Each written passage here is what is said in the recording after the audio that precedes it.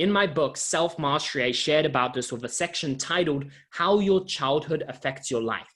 See, over the last few decades, scientific research and analysis have uncovered a wealth of eye-opening insights into our childhood years and how they determine who we become as adults. I'm sure you maybe heard of some of the stuff.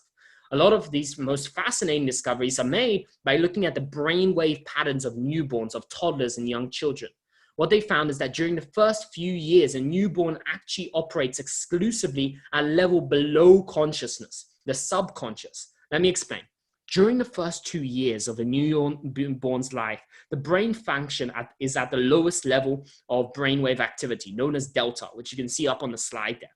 Delta brainwave patterns. For simple understanding, delta brainwave patterns are what an adult's brain is running on while they are sleeping, which means a newborn, until they're about 2 years of age, is pretty much asleep with their eyes open, which also explains why newborns kind of fall in and out of sleep so frequently and easily.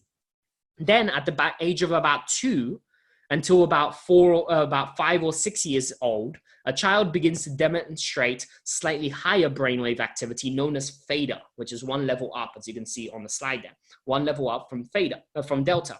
After the age of about 5 until they're about 8, children will slowly start to step into consciousness, first developing alpha brainwave patterns, ultimately followed by beta. However, they still spend a lot of time in theta brainwave patterns. Only once a child has passed about 7, 8 years of age does a child no longer primarily function in theta. Now, why does this all matter? Why am I sharing this all with you? Well, it's because delta and theta, which, as we know, children spend almost all their time in for the first 7, 8 years of their life, are the same levels that are present in adults during imagination, dream, and hypnosis. Simply put, children during the first few years of their life are basically walking around in a constant state of hypnosis, and they don't yet possess full consciousness, which is the ability to analyze and assess and think about and judge and reason any incoming information from the environment. All new information bypasses this kind of conscious filtration, instead going straight into the subconscious mind. Meaning, unlike an adult who hears something and has the mental ability to analyze it, question it, judge it, reject it, a newborn doesn't have that. Instead, rather just accepting it all, critical thinking is absent. Now, what does this mean for you and me? Let me make this rule for you. During the first 7 to 8 years of your life, you did not possess any full sense of consciousness. You and I just accepted whatever our parents or family or teachers told us. You didn't have any choice. You didn't have the ability to analyze it, so it was just stored in your subconscious mind. And you likely then proceeded to act out this information. You're basically being hypnotized. We all were conditioned into a certain way of believing during the first 7, 8 years of our life. And why is this? Well, one of the most common and accepted explanations is that why we're born without consciousness, the ability to analyze and reason, is that the idea that before you can consciously think, you must know what to think about. Essentially, before you can become conscious, you have to know what you're conscious of. The second part of the explanation is, whether we realize it or not, growing up, there are hundreds and thousands of little things that a child must learn to become a functioning member of a family or a society or something like that. We may overlook these things, assuming that being a human being is a simple task, as we do these things automatically, but there's actually thousands of things a newborn must learn to be a human being in society. Now, that's why you're basically operating in delta and theta for the first few years, so you can pick up these basics. See, you and me, we didn't need to learn these things through some Being a Human Being 101 class or textbook. Rather, nature just made us operate subconsciously so that we pick up these things from the information around us. You watch your parents, your family, you listen to your siblings, teachers, community, and it's just a matter of time before the rules and lessons you need to function as a human being, what to do and what not to do, what's acceptable, what's not, are installed into your brain as you're operating hypnotically. You just download the information, which is what you're naturally doing in theta and along as part of the collective. Now, there's just one problem. The problem is that good information that you're receiving growing up, it's great, it's useful. Hey, you'll survive. If you're on this life journey, you're alive. So the information kept you safe and alive. The challenge, though, is that this was also very skewed. See, I'm sure you've heard phrases like father, like son, or like mother, like daughter. Well, that's what often happens. The people who are around you during those first few years, which is your parents, of course, family, siblings, community, are all passing along. They're not passing along all of the available information in the world. They're passing along their own subjective beliefs. What they believe, they shared and you were conditioned to believe too. You may have later challenged these notions and created new ideas and beliefs about yourself and the world around you, which we'll come back to. But you started at a foundation of being subjectively passed along certain beliefs from the people you grew up with, which is the main reason why children will often become similar to their parents, like father, like son, like mother, like daughter, or a mix of that, having similar life experiences and results. Your parents didn't have evil intentions, just as if you're a parent, you don't have evil intentions towards your kids, at least I hope. They just simply did the best they can, as their parents did for them. Unfortunately, as nobody is perfect, there are no perfect parents either. So instead, parents often pass along both the good viewpoints as well as their limiting beliefs to their kids, because their own personal life challenges that they may have passed along to you unknowingly. For example, a parent might pass along, or a family member or someone might pass along limiting beliefs such as life is hard and an endless struggle, or love is painful, or life is dangerous and you must be scared, or there's not enough money for people like us, or rich people are bad people, or people are evil, so watch out. And because you're still operating at theta brainwave patterns, you didn't have the ability to analyze this incoming information. You just accepted it. And in doing so, in playing out those same beliefs in your life, you may have ended up creating, if you look at your life right now, both some of the good and the bad things that your parents or other family members or people you grew up with may have gotten in the past. And the research actually proves this. For example, on one of the most unfortunate but real research findings is that children of divorce are more likely to get divorced themselves in life. Why? Largely because of particular beliefs about relationships and marriage that are passed down to children growing up. Plus, they observed and downloaded certain views and patterns from watching their parents and family grow up, causing them to take similar self-sabotaging actions, and as a result, get similar results as an action of that. And if you find this hard to believe or doubt that you are impacted, your life was impacted, remember that these beliefs operate subconsciously, a level below consciousness.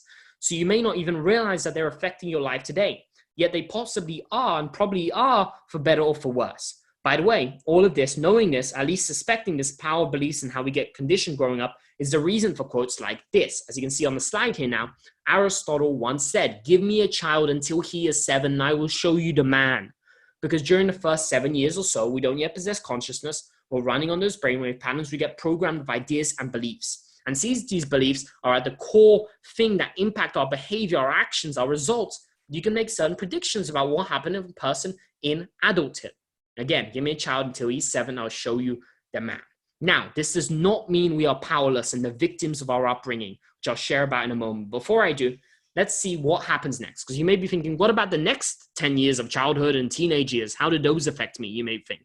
Firstly, scientists have shown that at this point, you have consciousness. You have the ability to analyze. You have all your brainwave patterns, which means you're no longer in hypnotic state, accepting all incoming information.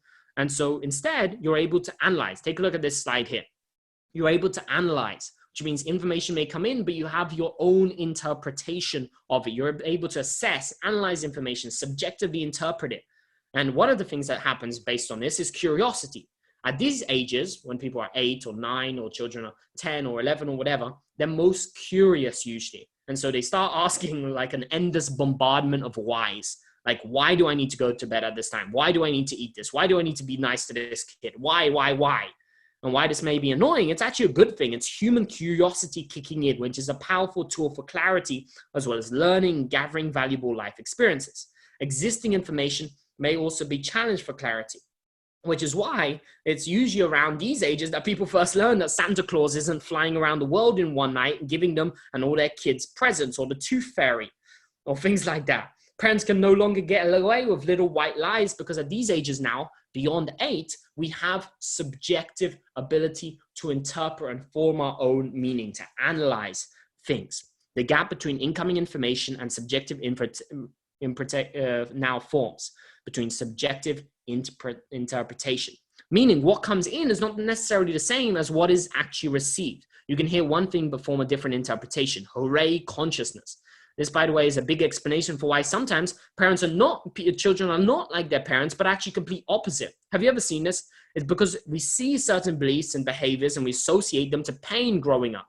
For example, if your dad or your mom did something, you can not just accept those beliefs, but you also can sometimes link pain to those things, and you often go in complete opposite direction. So people will often end up like their parents in many ways, but at the same time, completely opposite, because they linked pain to certain things that their parents, for example, did. However, once we developed consciousness, this does not mean we do not get conditioned anymore. We do, just in different ways. Now, other forces are at play, especially as children are now influenced by the education system, teachers, friends, community, media, social norms, rules of society, things like that. And during these ages from 7+ to adulthood, children are still much more susceptible to new ideas and beliefs, as new information doesn't tend to clash with their life experience that they already possess like it does when we get older.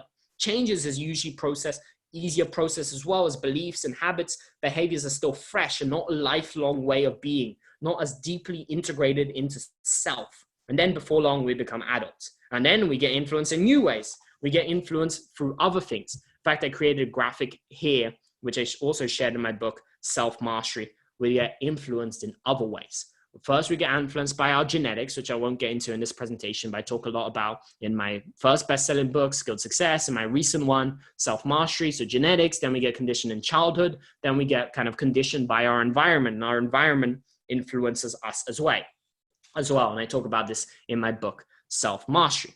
Now you know this, now that you know this though, you may be thinking like what are my choices? Like, does that mean that the things that I learned in childhood and the beliefs that I was kind of given at childhood, those stick with me forever? Or when I have now, does that mean that's the case? The answer is no. See, the beauty is, and the next good news I have for you in this live training is that you can change these beliefs. You can change your views of the world. It doesn't mean you're powerless just because you interpreted it. Think of it like a computer. See, metaphorically, just because a friend or a family member logs onto a computer while you're away on holiday and installs some programs, some beliefs onto it, that doesn't mean it's going to be on that computer forever. It could not. You could come back from your time away, become aware of those new programs, those beliefs that got installed onto your computer, and proceed to uninstall them or overwrite those programs of new ones that you prefer better. Like weeds in a garden, you can walk up and remove what you don't want, replacing it with what you do. And so you are not powerless. We can change our beliefs. It's possible. We can change our beliefs, our behaviors, our habits. Just because something installed by a parent growing up or later on in life doesn't mean you can't change it. You absolutely can. Change is possible. You can change your beliefs and your worldviews just like you can with your habits. But how do we do this? Well, the first step as part of the meta change system for changing beliefs is as awareness. You must become aware of which beliefs you have first. That's the first step. And in case you're thinking, I don't know which limiting beliefs I have, what are the things that are limiting me? Let's start here. Start with the words of this quote. This is a great quote by a man named Bruce Lipton, one of the founders kind of epigenetics, the field of research. See, when you look at your life, the things you like that come into your life come in because you have a program that supports them. But anything you struggle with, work hard at, you put a lot of effort into making it happen, inevitably, you have a program that doesn't support that conclusion. You're attempting to override the program. See, in other words, you do not need to cut your brain open or hire a team of researchers to study you to figure out where your limitations and potential limiting beliefs may be. Rather, you start by looking at your current results and reverse engineer from there, which means if you're struggling in some area of your life, potentially there's some beliefs that are getting in your way, or at least habits, then you go deeper, potentially some beliefs that are getting in your way. And so that's the first kind of idea to help you figure out and get awareness. The second idea here is that there are 5 types of beliefs. Now, I don't have really time to get into this in detail, but there are 5 types of beliefs. The first one is the worldview generalizations, which we form generalizations about the whole world, which is like the beliefs like what life is this, living is this, the world is this. This is a concept I created just to help categorize this. There are also personal generalizations, which is generalizations about ourselves, which is I am this, or I always, or I never. And you form stuff about that. Or areas of life, which is health is this, or money is this, relationships are. Those type of beliefs. Or also preference beliefs, which is this is better than this, or I like, or I dislike. Or conditional beliefs, which means this, or if this, then this. So there are different types of beliefs, 5 different types of beliefs. So creating awareness of potential limitations and limiting beliefs that you have. Let me share with you a process to help you with this.